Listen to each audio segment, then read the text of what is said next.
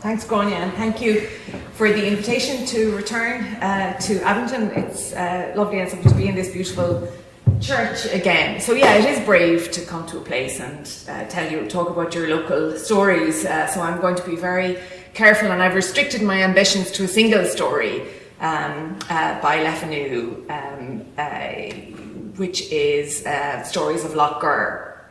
And on my slide there you can see that, maybe not see it very clearly, but you should be able to see that beautiful hand-drawn map of Lough, which is from the school's collection from the 1930s, the National Folklore collection that went on in that period. And we'll go back to that little map in a minute, but it's very beautifully done and drawn. So Lough, I don't need to tell anyone here, obviously, is known in tradition and continues to be known in scholarship for the wealth of its Neolithic remains to be found on its shores and under its waters. You know, one of Ireland's most remarkable archaeological landscapes. And the thinking is that the characteristic light limestone soil of the area made it attractive to the earliest settlers, and so there's been settlement there from the very earliest periods, and those settlements left their mark in the landscape not only in the form of stones but also in the form of stories. And some of the stories you'll know, the one about the Earl of Desmond coming out of the lake every 7 years, or a cave that's one of the places that's supposed to be the gateway to Tiernan Oak, you know, all of those kinds of stories. And the lake is also the setting of that very interesting document and memoir, The Farm by Lough, which was published in London in 1937, authored by Mary Fogarty of the O'Brien family, who lived nearby, but also kind of given a gloss and an editorial kind of spin by Lady Carberry. And there was a lot of debate over the years about the authorship, so we can think about them both now as having worked on that. And I'll come back to that memoir, The Lake by Lough, in a little while. So I'm going to talk in particular about one story, as I said, by Le Fanu, which he published as Stories of Lough, published anonymously in the weekly journal All the Year Round, which was edited by Charles Dickens. So it's very much a story of here, Stories of Lough, that belongs to the London metropolitan publishing world. But draws then on folk tales that Le Fanu heard as a young man from a Miss Anne Bailey. And the story takes its place in a journal like All the Year Round, with material on, you know, Florence and Hungary and Irish melodies and railways and a whole kind of panoply of a kind of mixture, a miscellany, of course, type mode of lots and lots of different stories. About places and songs as well. You can see there's an entry there for the song Yankee Doodle, for example, which brings back to Sean's home territory. So just a few remarks about Le Fanu and folklore, what Le Fanu knew of folklore, what he may not have known. It's a little bit hard to figure it out, as ever with Le Fanu, and as Nick mentioned already, he was a great upcycler as well as recycler of material. So material got used and reused in new ways, and his whole kind of publishing history can be a little bit confusing or a little bit hard to track because things are moving between different venues. But from about January 1838 in the Dublin University magazine, he began to publish stories that were being told by a fictional character whom he invented called Father Purcell. And Father Purcell was a kind of a collector of folklore. He was a sort of an antiquarian, if you thought about him in an 18th century way, or like a folklorist, if you thought about him in terms of the new 19th century science of collecting the knowledge and the language and the stories of a people, that idea of the folk, you know. And so Father Purcell is supposed to be the man who's collecting all of these different stories, and Le Fanu used him to tell different kind of fictions. Le Fanu also assisted the Victorian writers Anna Maria Hall and her husband Samuel Carter Hall when they wished to collect stories in Munster. He gave them some advice about that.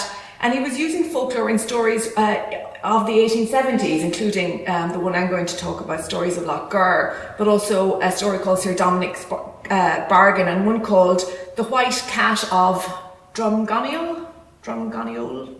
No thoughts? Drumgonnill, I'm going to say, and a story called The Child That Went With the Fairies. And that story, The Child That Went With the Fairies, is kind of an interesting and significant one because it has connections to William Le Fanu's account of fairy doctors and fairy abduction of small children that he writes about in 70 Years of Irish Life. And William Le Fanu in 70 Years of Irish Life tells a story of fairy abduction that has many resonances with the story of Bridget Cleary in Tipperary, in the story that Angela Burke writes about so well, about what became a sensational murder case because the people chose to kind of, the idea was the fairies had taken away the child, taken away the woman, and left a bad fairy in the place, and the only answer was to kind of burn that body in order to kind of undo the work of the fairies, and it became a sensational murder trial in Victorian Britain. And so William Le Fanu tells a story like that. And there's a recent enough book about Sheridan Le Fanu by Aoife Dempsey, and one of the things she points out is that Limerick stories bookend Le Fanu's career. So at the very start of his writing and at the very end of his writing life, he writes about Limerick. And that's an important one to remember because people tend to think of them as belonging to an earlier stage that he then kind of grew out of or superseded and moved into a kind of a London print world, which, as Nick again mentioned, also was partly to do with commercial needs and who would pay for what to be published, what the reading market wanted. But the Limerick stories, in fact, belong at the beginning and the end, and as Aoife Dempsey says, they kind of are peripheral too in terms of critical analysis. People tend to leave them out and focus on the more interesting stuff in the middle, kind of. So probably the time's right, and you guys here are all helping us to do that, I think, to try and kind of bring them back to the centre a little bit more and understand the place of the landscape around here in Le Fanu's literary imagination. So this is just my effort at starting at that kind of project, focusing, as I said, on Lough and again returning to this gorgeous map from the school's collection, which was collected in Grange, and the teacher was Tomás O'Lynshig. I think it was the teacher himself who drew this particular map. And one of the things you might be able to see about the map is that it kind of lovingly reproduces some of the kind of styles and appearance of an older kind of cartography. Like in kind of a flourish, it could be an 18th century estate map or kind of an elite document showing you landscape.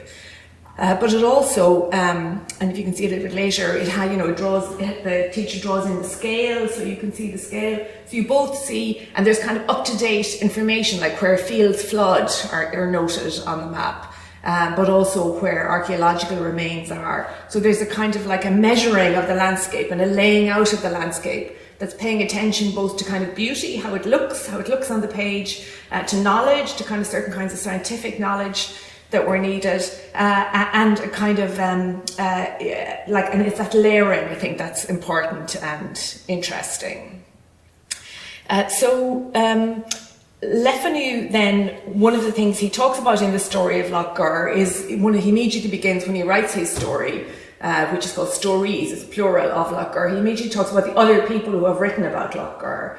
So he's noting in the 1870s that this is already a place of great interest and much visited.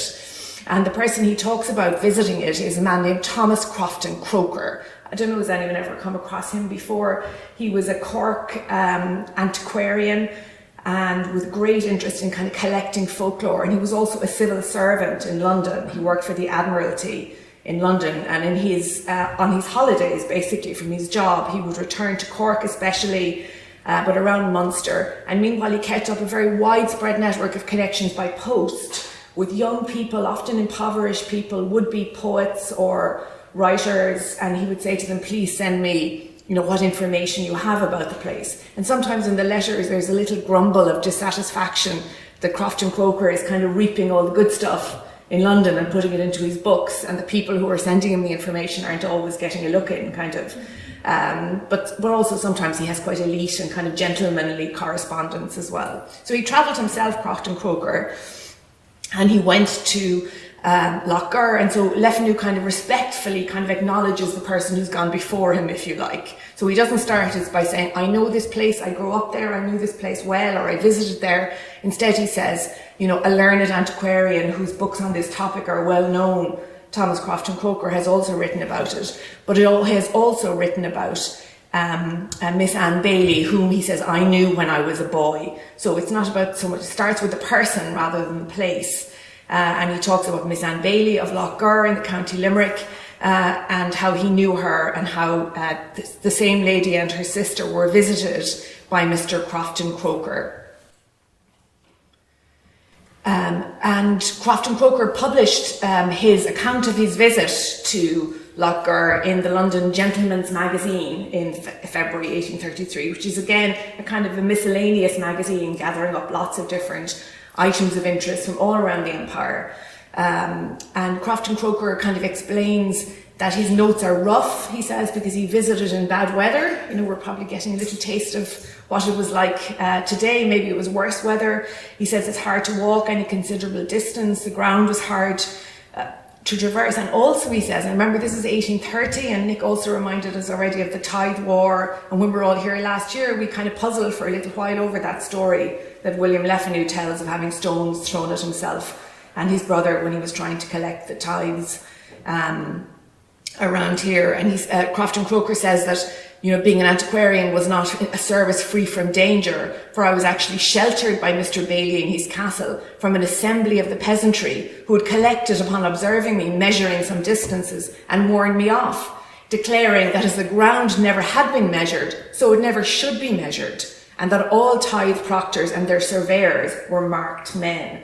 And so Crofton Croker's act of measuring and taking, as he's also taking sketches and so on, is understood to be on a par with collecting tithes. It's the same thing, and you're just as welcome here as a surveyor as you are as a tithe proctor. And Crofton Croker in the Gentleman's Magazines include some, you know, they seem now to us very rudimentary. I'm sure they'll seem to the archaeologist among us as very primitive images, but they also, they put in humans for scale, of course, in images like this. But I don't know if you can see in the very bottom right there, there's a sort of learned gentleman with an umbrella, much like the chap in green tea poking the monkey with the umbrella.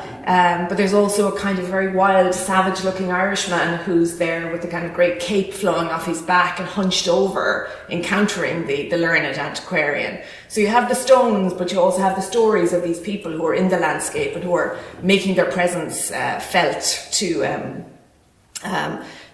Crofton Croker. And Crofton Croker then speculates, he's a great man for speculating about Lough, like does it come from Hebrew, he says, and so on. And he talks about the druidical kind of ideas about it. And then he says it lies about 10 English miles south of the city of Limerick on the east side of a mail coach road between that city and Cork. And here we're getting to one of the kind of reasons why Lough has become to be so widely visited and written about and speculated about. It's because of this developing transport network. It's become a place that is easy to access on the mail coach road between Limerick and Cork, as Le Fanu, as Crofton Croker says here.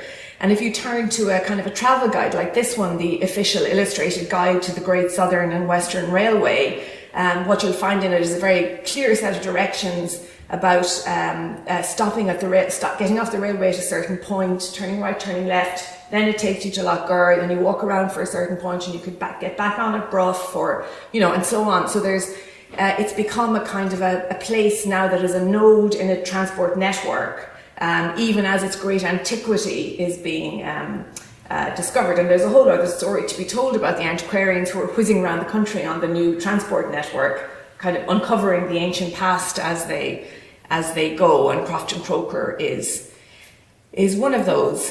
And in the ordnance survey maps, I suppose you can begin to see the kind of the layout of the road network. I just ringed Abington up there at the top of the map, and Lough at the bottom of Lough, sometimes described as having a kind of characteristic horseshoe shape.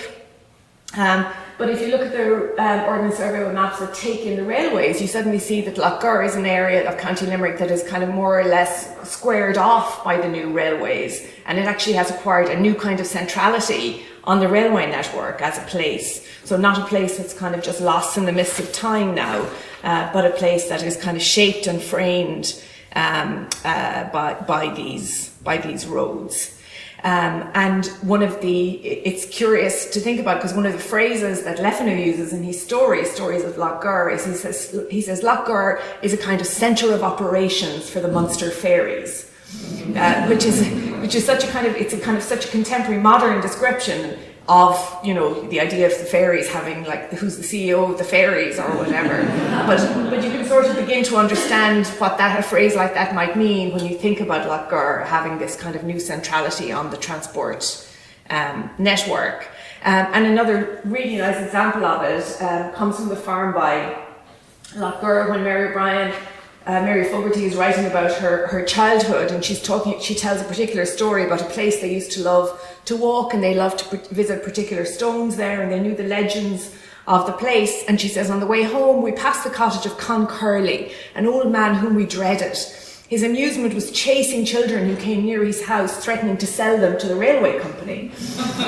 What'll happen to you then, is it? You'll be boiled down to make oil to grease the railway lines. When the children screamed in terror and ran for their lives, he would stand looking after them, laughing until the tears ran down his face. Wouldn't you love to meet him? But I think it's an example of what Nick was calling kind of industrial emotions or sensations. You know, that whole world is not just about, oh, look, modernity has arrived, the railway means we can go faster places. It also churns up all kinds of feelings in its wake, including terror for the unfortunate children in this case. And I suppose another kind of example of that, just moving on now to thinking about the story, but to stay with William Le Fanu for a minute, another example of that is when he tells the story about the fairy abduction. He remembers a particular young man whom he knew and who became a family servant called John Tucker, who was supposed to have been taken by the fairies. And they go to see a fairy doctor in Limerick. It's interesting, they have to go to the city to meet the fairy doctor. And when they meet the fairy doctor in Limerick, he says the only thing to do is to put him on a shovel and hold him over the turf fire, the child. And that's kind of the Bridget Cleary story. That's kind of what happened. And luckily, he gets better the next day. You'd wonder why, you know, and doesn't have to be held over the turf fire. But he's associated with being kind of strange and maybe a little bit simple all through William Le Fanu's life. And to illustrate this, William Le Fanu tells a story about how he is getting the night mail coach from Limerick. And he's been staying with his aunt. And as he is leaving the night mail coach, coming out of the post office yard, he says, just as the post office bell rings 8, I think, and people gather to watch the departure of the mail coach, he says, at this point. And it happens to be the Queen's birthday, Queen Victoria's birthday. So all the coachmen are dressed in very fancy livery to mark the Queen's birthday. And suddenly, back in the house, the aunt realises that William Le Fanu has forgotten to take the ham sandwiches that she made for him for the journey. So she sends the unfortunate John Tucker, the young man who had once been abducted by the fairies, after him.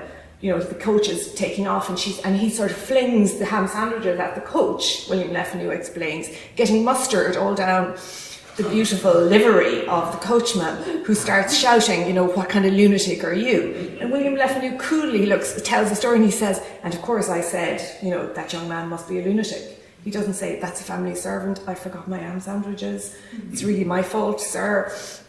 Or then it's a kind of a slightly unpleasant story, I think, because it shows you something about the kind of relations of power that are crisscrossing this landscape and these fairy stories, and makes you understand something about that kind of uneasy place of the Le Fanus in this Limerick landscape.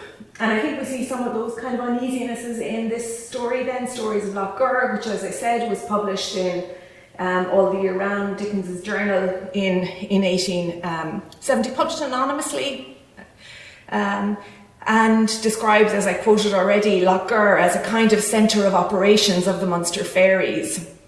and tell us about some of the things that happened. And it's a very simple style, you know, compared to some of the Le Fanu stories that we've heard about from Nick and from Sean earlier on, which are so sophisticated. They leave us puzzling over all kinds of things. They wind up emotions and they work with suspense in very, very sophisticated ways. This is a very kind of fragmentary, fable-like story, which is just broken down into a kind of a series of headings. There's a story about the magician Earl, which is basically about the submerged castle of the Desmonds. There's a story about an adventure of a woman named Moll Riel, who's a servant in the house, and the Earl of Desmond appears to her as ripples of blood in the water. There's a story about the Banshee. The Bailey, St. Bailey sisters have here a Banshee. These are very fragmentary short pieces now. There's a story called The Governess's Dream, where the governess of the family sees a phantom, and the phantom tells her that there is buried treasure to be found. And what happens here is that the governess has a dream and has a kind of a distinct vision in the dream of a place where she is to go to find the to find the treasure. And the man who appears to her in the dream has a wand, so maybe back to our umbrellas and pointing and measuring now. And with the wand, which is described as being, it's about the length of an ordinary walking cane, he marks out a place in the room, and he says, you know, here, this distance, this distance, and that is where you will find the treasure. So she tells the children, who tell their father, and he says, don't be ridiculous, your governess, there's no treasure, I'm not, you know, pulling up flagstones to find the treasure. Then she has the dream again, and this is Le Fanu condenses this description into just a few paragraphs. And finally, the children clamour, we're told, and badger their father, until finally he says, fine, we'll go looking for the treasure, and they unearth a flagstone.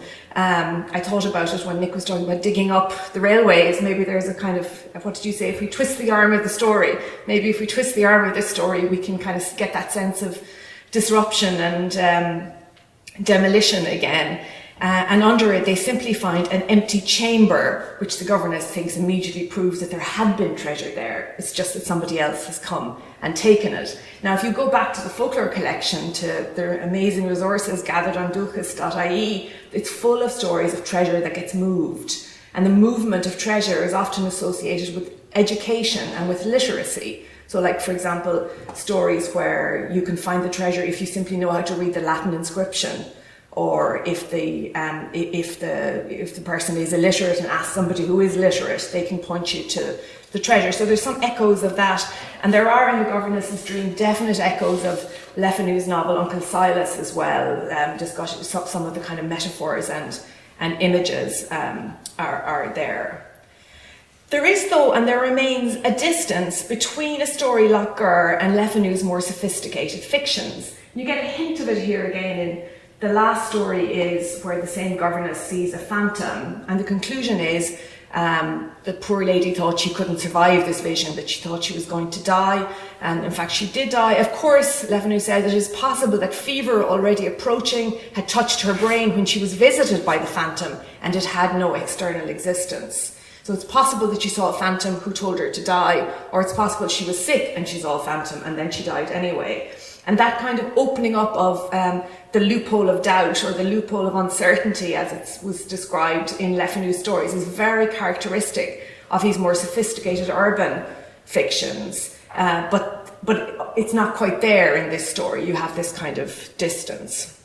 So I'll just come to a couple of conclusions now about that. We could think, I suppose, about the way in which Le Fanu, I'm tempted to use kind of building words, so like engineered or scaffolded his sense of a supernatural world, using some of these fairy legends that he knew as a child, that he heard growing up, that he kind of laid it out and surveyed it, if you like, a landscape, and then built a more sophisticated edifice on top of it, if you like.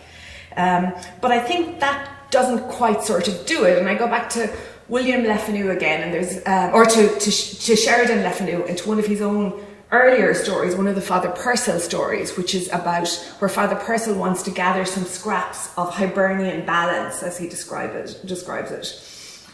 And when he's trying to collect these scraps, he meets a man named Michael Finlay around and about somewhere in Limerick. And this Michael Finlay is a peasant poet who is a person of great accomplishment and skill. And Father Purcell says, it's important that we meet this. Why I tell you about this man? Because peasants too can measure and do rhythm and rhyme and understand certain things. And I think Michael Finlay is an important person, a voice to collect, Father Purcell says. But he tells us he's a problem with this, because when he goes around and he tries to write down what Michael Finlay is singing, because his performances are nearly all oral or reciting, and to kind of get them down, Michael Finlay wraps away his pencil and says, is my poem a pigsty that you try to make a map of it or lay out a ground plan of it? And that's the voice he gives to Michael Finlay. Is my poem a pigsty that you think you're an engineer or a surveyor and you're going to map it out? And I think what I hear in the voice of Michael Finlay there is a kind of a resistance, I suppose, a kind of an insight that this gives us. Not just that peasants may write poetry, but that they can also kind of disrupt the work of laying out and surveying and engineering, not just by shooting surveyors like Thomas Crockton Roper is afraid of, but by kind of working with and against the kind of abstract conceptions of place that you find in literature of this period. And I think that resonates with some of the difficulties I'm encountering and describing what really is the place of someplace like Lough in Le Fanu's literary imagination. It's hard to say, I think, in the end. So thank you.